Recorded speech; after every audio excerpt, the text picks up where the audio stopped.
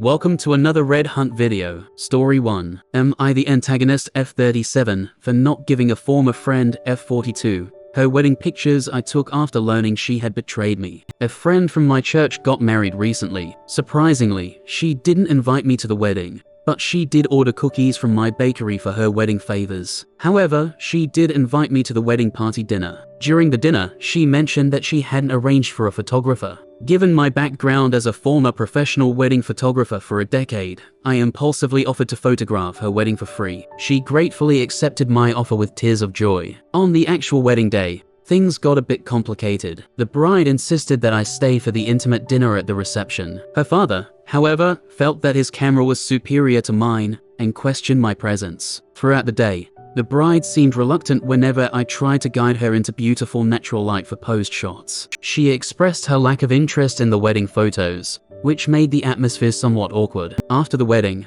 I didn't hear from her for several weeks, until she suddenly invited me to a Christmas party. I agreed to attend and planned to bring along her wedding photos. However, just 2 hours before the party was supposed to start, she informed me that it was cancelled. Later on, I discovered that not only was I disinvited, but the party went ahead without me. Following this incident, the bride completely cut off communication for 3 months. Then, out of the blue, she reached out demanding her wedding photos. In the meantime, I came to learn that she and some of our mutual female friends had been saying hurtful things about me behind my back. They belittled my photography skills and suggested that I only offered to photograph the wedding because I was desperate for friends. To make matters worse, these women contacted my former abuser, whom I had managed to escape from in 2020 by moving across the country and changing my identity for safety reasons. My abuser even reached out to my best friend, warning her that my new friends were trying to harm me. He tried to manipulate her into sharing more information about my whereabouts, but thankfully his efforts failed. It turns out that these women did indeed sabotage me. They deliberately undermined 2 job opportunities I had secured, and recently they interfered with a wholesale account for my bakery. They falsely informed my wholesaler that I didn't run a legitimate bakery,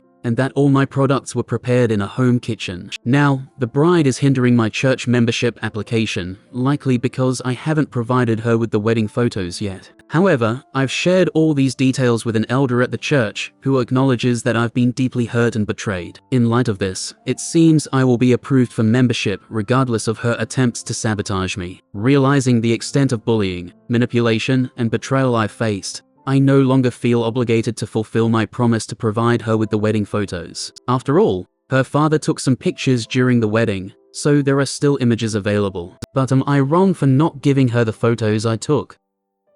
You have taken the right steps by seeking support from an elder at the church who recognizes the hurt and betrayal you've endured. It's crucial to prioritize your well-being and mental health in situations like these. If the bride continues to hinder your church membership application, it's reassuring to know that the church leadership understands the context and will make an informed decision. In conclusion, considering the circumstances, you are not wrong for withholding the photos. Your decision to prioritize your own well-being and protect yourself from further harm is entirely valid. Wow, it's quite astounding that these women are so terrible that even your abusive ex felt the need to alert you about them. You're definitely not in the wrong, and it might be worth considering taking legal action against them for defamation concerning the job situation. You're absolutely not the asshole. They treat you horribly. Why on earth would you even consider giving her the photos? You're absolutely not at fault. You extended a favor because you considered her a friend, but she proved otherwise. She no longer deserves that favor or gift. That's the bottom line. By the way, I'm relieved you're out of the abusive situation, and I genuinely hope you find authentic support in the days ahead.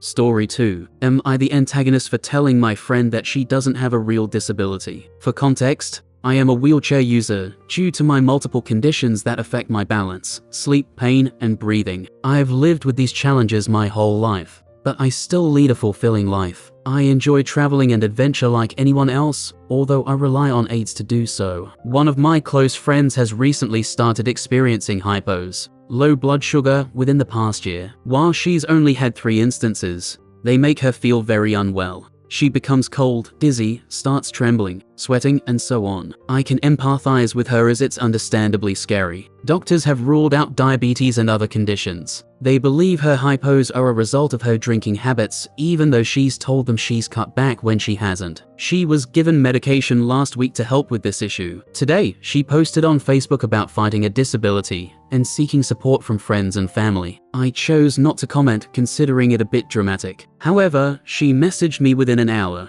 asking why I hadn't commented. I explained that we had discussed her doctor's appointment and medication privately, so I didn't feel the need to comment publicly. She asked if she could come over because she was feeling down, and I agreed. She arrived with her husband, and we were having a pleasant evening playing cards and chatting. At one point, she brought up the hypos again. I was being supportive, but then she said, "I know what it's like to be disabled like you now." I lost my temper and told her she can't compare her situation to having a real disability. This escalated into a heated argument, and eventually, she left with her husband. After she left, I started feeling guilty about what I said. I recognize she's struggling, but equating her situation to my long-standing disability felt hurtful. So, am I the asshole?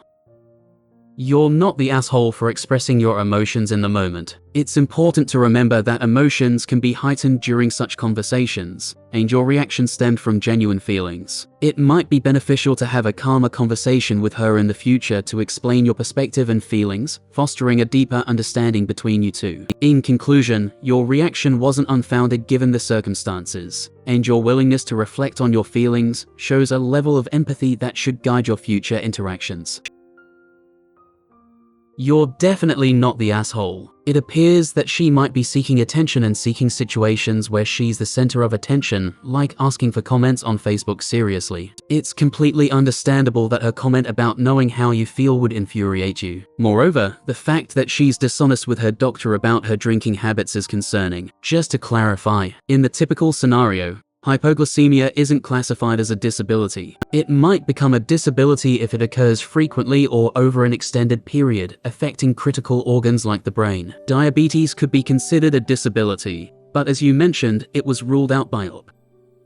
I would say there's a very light everyone sucks here situation. As a fellow wheelchair user, I can totally relate to the frustrations. However, I've come to realize that it might not be my role to define someone else's disability status. That being said, your friend needs to recognize that your conditions aren't comparable and shouldn't be equated.